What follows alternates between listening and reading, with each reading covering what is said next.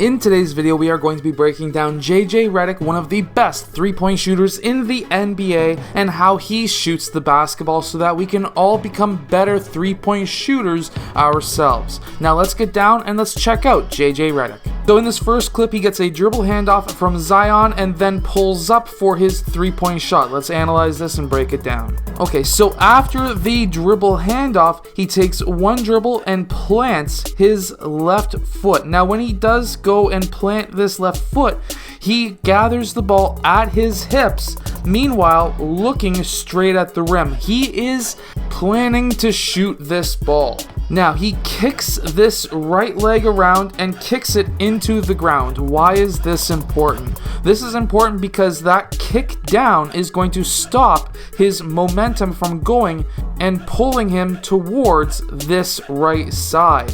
And why is this important? Well, now he can transfer all of that power up into his shot.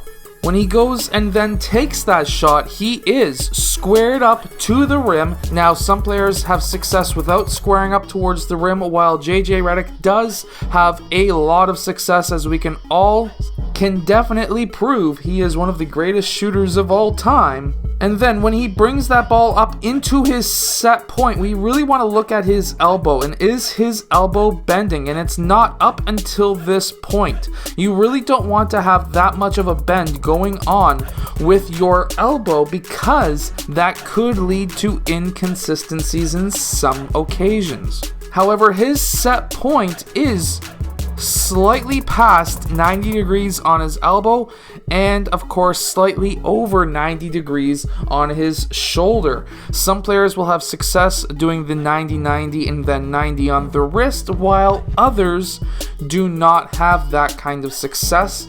By having a larger than 90 degree angle on your shoulder is going to allow you to have a higher release in some cases, and a greater than 90 degree, or I should say lesser than 90 degree bend on the elbow will give you more power towards the rim. So when he goes up into his set point, we do see that his shoulder and elbow are in line with the basketball. Now we can see from other clips that that ball is also over top of his shoulder. You generally want to have this ball on the same line as the upper arm, shoulder, or elbow towards the rim. This is what I call the shooting triangle, and you want all of that to be in line and have your body allow this shooting triangle to happen.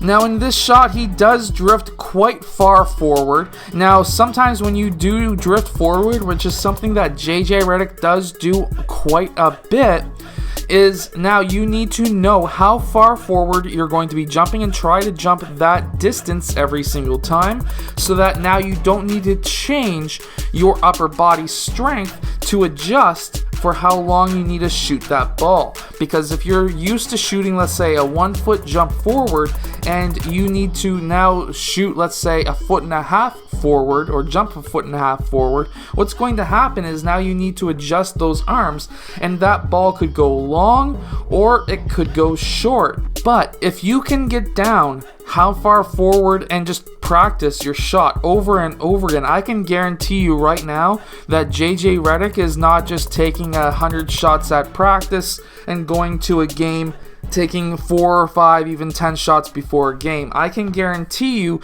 that JJ Reddick is probably taking a minimum of 200 to 500 shots per day. In most cases, I would assume when you're shooting at the level that he does, that he will be shooting that many per day, and he is probably shooting a minimum 200 before a game even starts. Getting to the gym an hour and a half early, I think that's their limit right now, is an hour or 45 minutes because of COVID, but generally speaking, what I've been seeing and what I know from people who I know, that they generally get to the court about an hour and a half before and start putting up shots, start getting warmed up for the game, have maybe a pre-game meal, but all about getting ready for the game.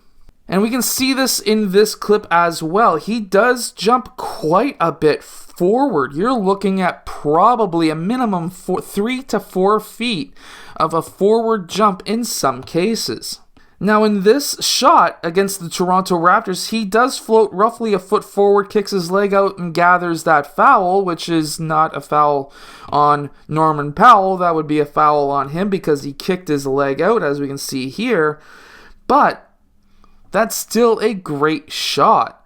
This is all from having that set point, getting that elbow and shoulder in line, having that ball on the right side of his forehead. He does bring his knees slightly together, and he does have his right foot ahead of his left foot so that he can be square. When it is a set shot, he does have his left shoulder slightly tilted away from the basket, but on a dribble up, or what I showed you last time, that dribble handoff, he is quite square towards the basket. We can even see this with his feet on a set shot where they're slightly tilted away from the basket. And we can also see from this gather that he brings that ball up the middle of his body, which is totally fine. Some players may feel more comfortable bringing it from the right side of their hip up into their set point, while other players will gather around their thighs or their hips and then bring that ball up into their set point. We do see from the shadow in this clip that there is a gap between his palm and the ball. That's going to allow for him to have more control over that ball from going right or left if somebody does hit his elbow or his body. We can also see from the release that he does release with his what looks to be his pointer finger, and he does have a release that Michael Jordan has as well.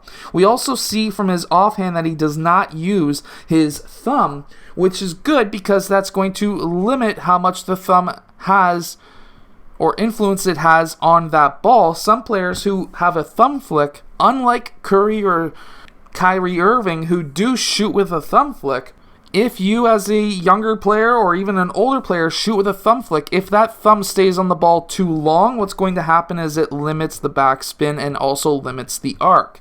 We also do see that his elbow is above his forehead, which is going to allow him to have more arc on that ball.